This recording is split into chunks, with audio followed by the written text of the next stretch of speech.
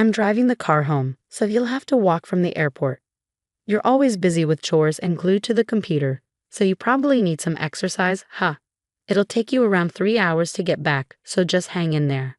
Kyle's words had a harsh edge to them. Once he jumped in the car, he ordered me out, his smirk dripping with contempt, like a kid playing a prank. Kyle was clearly enjoying himself. Faced with his sarcasm, I managed a weak smile and retorted, "It won't take 3 hours, will it? You're sending me back home, right? What's with the drama? Who said anything about 3 hours? It's just a 9-minute walk to my new place." Kyle laughed heartily, clearly not buying my story. His laughter filled the car, mocking me, yet also revealing his doubt. There were all sorts of people around us. Businessmen in suits, families, elderly couples, young women, each with their own agenda. But Kyle, lost in his laughter, paid them no mind. It was like he was in his own world inside the car, oblivious to the hustle and bustle outside. He kept laughing, seemingly joyful, but with a hint of darkness. Alice stopped trying to make me laugh. Do you really expect me to believe such an obvious lie? Quit the nonsense and start walking. It'll be dark soon if you don't hurry.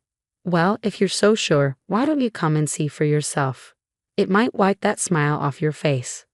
But honestly, whether you believe me or not, it doesn't bother me at all. Fine. If you're that confident, prove it.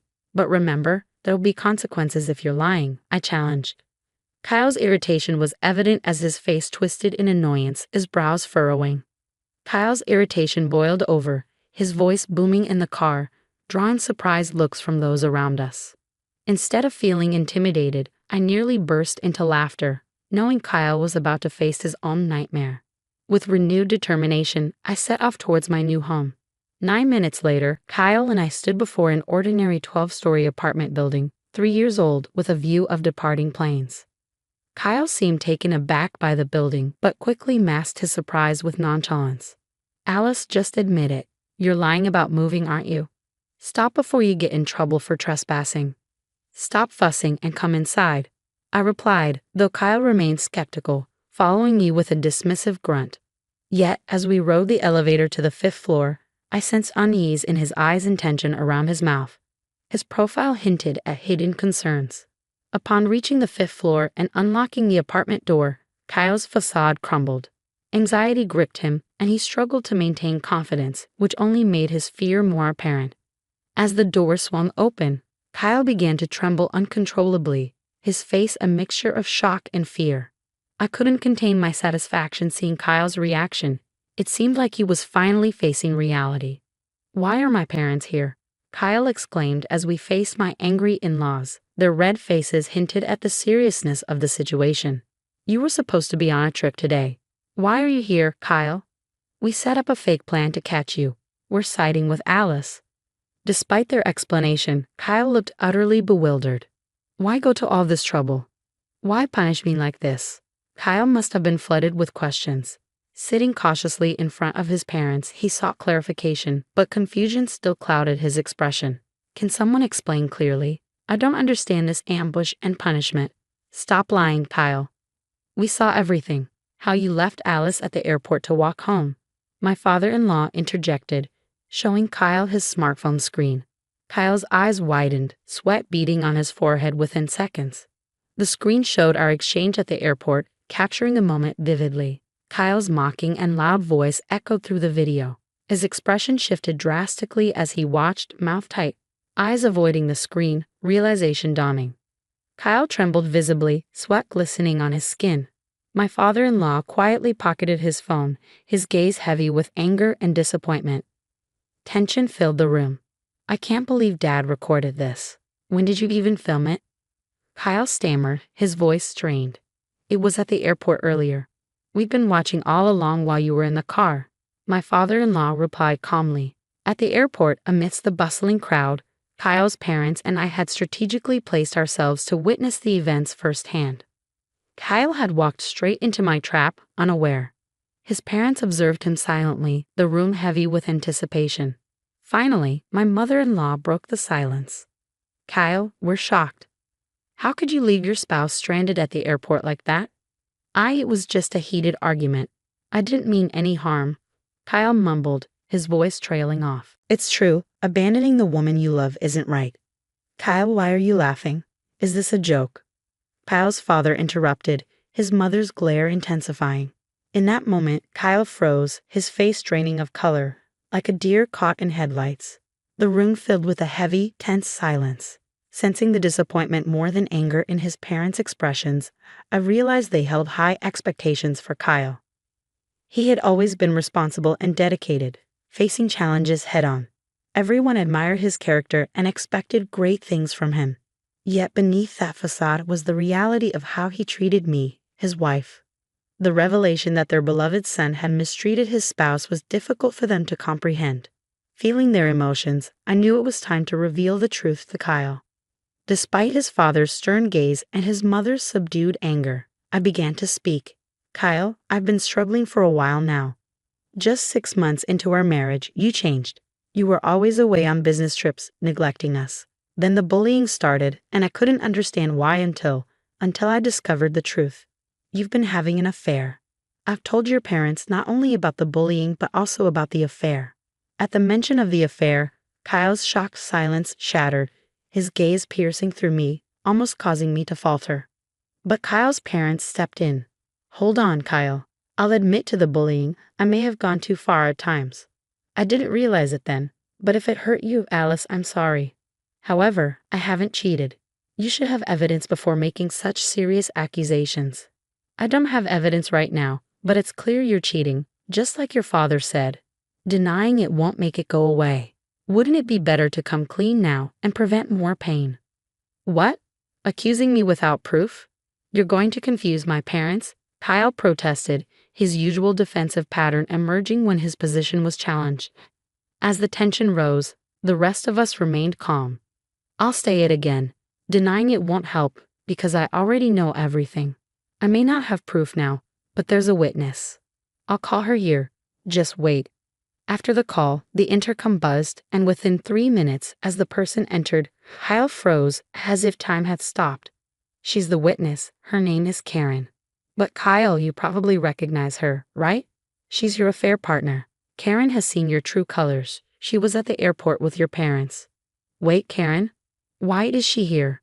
I didn't know about this, Kyle exclaimed. Through my investigation, I had discovered Kyle's affair with Karen, an employee from a client company. I had secretly contacted Karen, and our conversation revealed that Kyle had kept his marital status hidden from her during their relationship. Karen believed they were serious, and she was deeply shocked to learn of Kyle's deception. Naturally, Karen couldn't stomach Kyle's lies, so I arranged for her to be at the airport to confront him. When Kyle caught sight of my new apartment, a subtle grimace crossed his face, not because of its location, but because Karen lived in the same building. Kyle probably never imagined I'd be in touch with Karen, which explained his feeble attempt to appear confident. However, his facade crumbled under scrutiny. In fact, my move to this apartment was calculated to bring me closer to Karen. Kyle, even my picking you up from the airport today was part of the plan to expose your true self.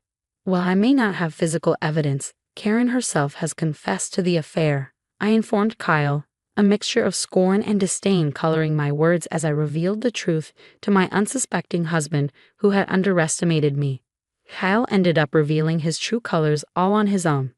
He probably thought I was just a stay-at-home wife with a computer hobby, assuming his affair would never come to light. It's almost pathetic, really, how I didn't see through it until after we were married, blinded by the idea of a perfect marriage. But now, the truth is crystal clear. Kyle has done something unforgivable. He deceived me, his parents, and Karen, and even when confronted, he tried to deny it all. All Kyle can do now is own up to his mistakes and apologize as soon as possible. There's no way out of this. Denying it will only make things worse for him. Alice, don't you think you're going too far? Surveillance at the airport, an ambush at our new home, and moving into the same building as Karen all over an affair seems extreme, Kyle protested. You don't understand, Kyle. While you might see it as just an affair, your actions have warranted this extreme response. You cheated with Karen, bullied me, and made life unbearable, all while hiding your true self from your own parents. It's time for you to face the reality of what you've done, I said firmly, meeting Kyle's gaze with unwavering clarity. his parents and Karen, echoing my sentiments, fixed stern looks on Kyle. My plan unfolded exactly as intended, catching Kyle off guard and leaving him with no excuses. Slowly, he began to apologize. "I'm so sorry. Karen was so beautiful and young, I couldn't resist lying to win her over. Everything Alice said about the bullying and wanting a divorce is true. I wanted Alice to be the one to initiate it," Kyle admitted, but before he could finish, my father-in-law erupted in rage. Without warning, he hoisted Kyle into the air, Kyle's legs flailing as he struggled. "When was the last time you actually talked to Alice, Kyle? She wanted to support you in every way, even starting her work from home for your sake, and yet you," Kyle was dropped abruptly, coughing and turning his gaze towards me. Since Kyle changed, there had been no meaningful conversation between us. He had stopped listening to anything I said. Even when I talked about my work from home, he dismissed it as just a housewife's hobby. "You've not only lied to Alice, Kyle, but also to Karen, deceiving and potentially ruining the life of a young woman," my father-in-law added sternly.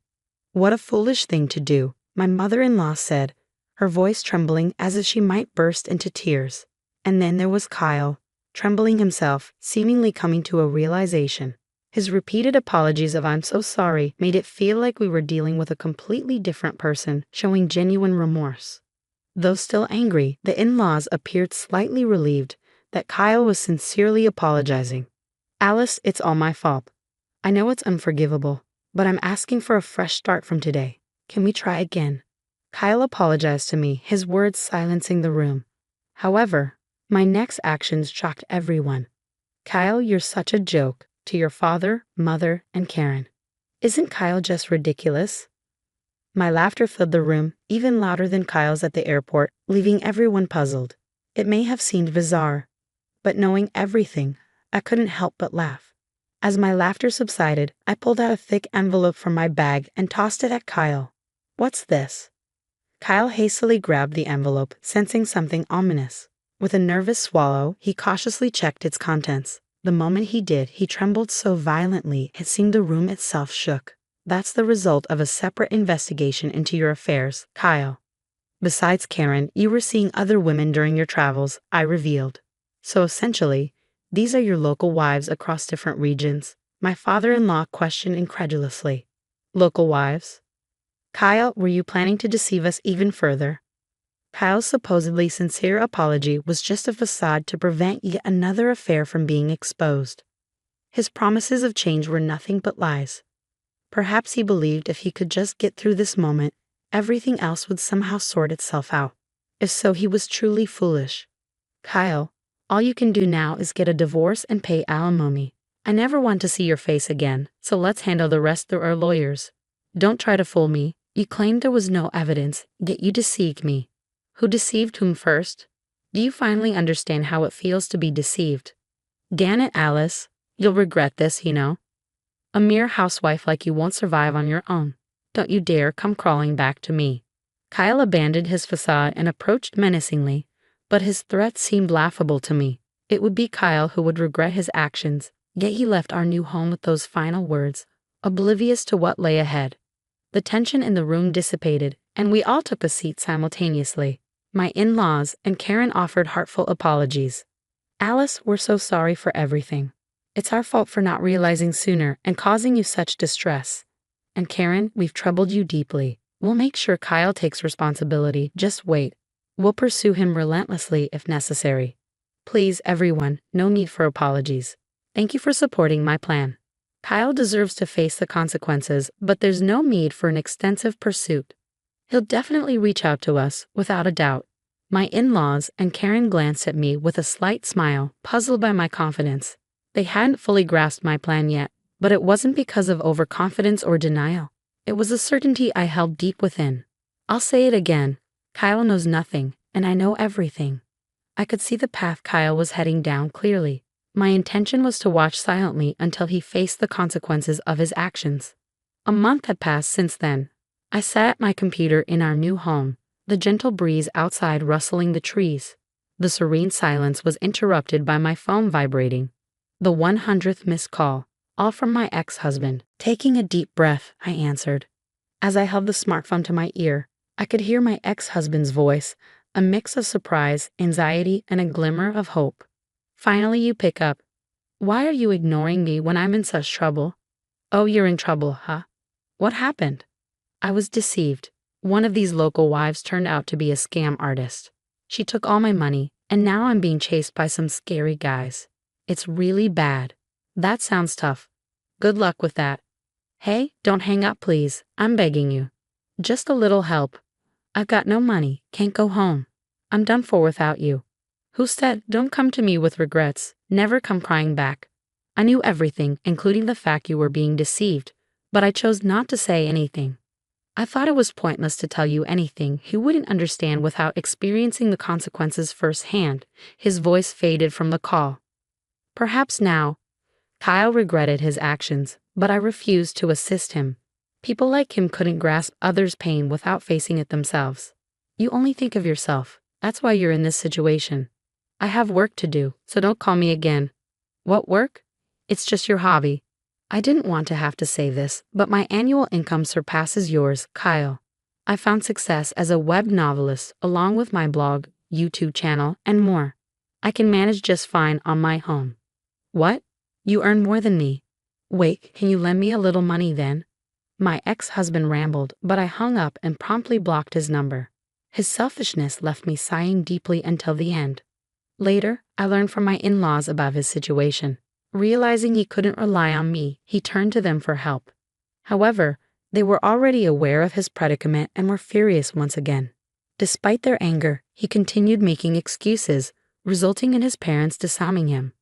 With nowhere to turn, he fled, changing jobs and relocating. However, it seemed the threatening men pursued him to his new location. He even sought refuge near his parents' home at one point, sending messages of regret and reflection. But it was too late.